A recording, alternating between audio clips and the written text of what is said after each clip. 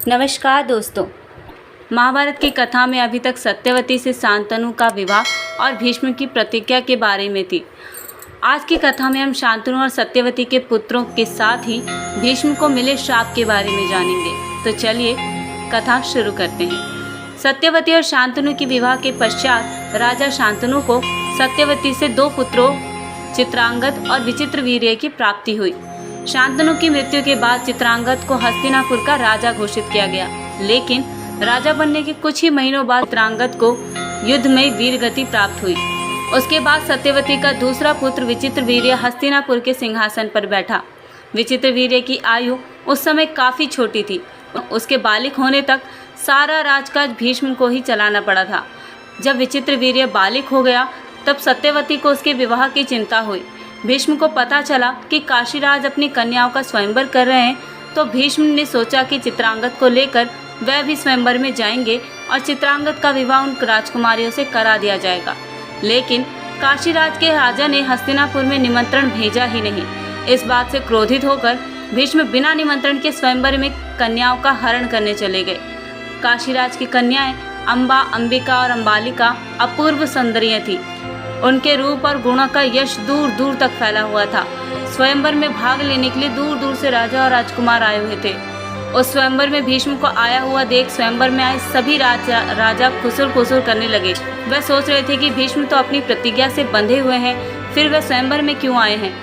यह सोचकर सभी राजा भीष्म का परिहास उड़ाने लगे। इस बात से भीष्म के स्वाभिमान को बहुत चोट पहुंची। उन्होंने क्रोध के कारण वहां उपस्थित सभी राजाओं एवं राजकुमार को युद्ध के लिए ललकारा और कहा कि मुझे हराकर ही तुम इन 3 राजकुमारियों को ले जा सकते हो। राजाओं ने उनकी यह चुनौती स्वीकार कर ली और सभी ने मिलकर एक साथ भीष्म पर आक्रमण कर दिया, लेकिन कोई भी भीष्म के सामने ठहर नहीं पाया। सोमदेव का राजा शाल बड़ा वीर और स्वाभिमानी राजा था। काशीराज की बड़ी कन्या अम्बा उससे प्रेम करती थी। उसने मन ही मन शाल नरेश को अपना पति मान लिया था। जब भीष्म तीनों कन्याओं को अपने रथ में बैठाकर ले जा रहे थे, तब राजा शाल्व ने भीम के रथ का पीछा किया और उसे रोकने का प्रयत्न किया। इससे शाल्व और भीष्म के बीच भयंकर युद्ध छिड़ गया, किंतु जल्द ही भीष्म ने उसे हरा दिया। परंतु अम्बा ने भीष्म से शाल्व नरेश को जीवित छोड़ देने की प्रार्थना की, तो उन्होंने उसे जीवित छोड़ दिया। भीष्म काशीराज की कन्याओं को अपने साथ लेकर हस्तिनापुर पहुंचे।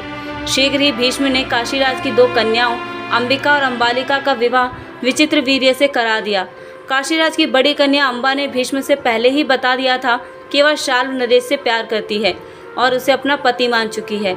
सो भीष्म ने बिना किसी प्रतिरोध के अम्बा को सोमदेश राजा शाल्व के यहाँ भेज दिया, लेकिन शाल्व ने अम्बा को स्वीकार नहीं किया और उसे यह कहकर वापस भेज दिया कि वह बलपूर्वक हरण की गई कन्या को पत्नी के रूप में स्वीकार नहीं कर सकते।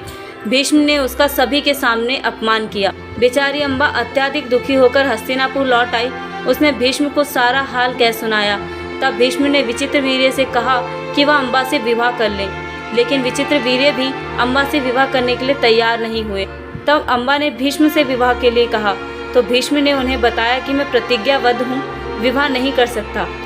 तब अम्बा ने भरी सभा में प्रतिज्ञा लेते हुए कहा कि अपने अपमान के लिए एक दिन वो ही भीष्म की मृत्यु का कारण बनेगी, चाहे उसके लिए उसे जन्म पर जन्म ही क्यों ना लेने पड़े। आज की कहानी में बस इतना ही दोस्तों। मिलते हैं अगली वीडियो। कथा पसंद आई हो तो वीडियो को लाइक करना बिल्कुल ना भूलें। अगर चैनल पर नए हैं तो सब्सक्राइब करें हमारे चैनल को।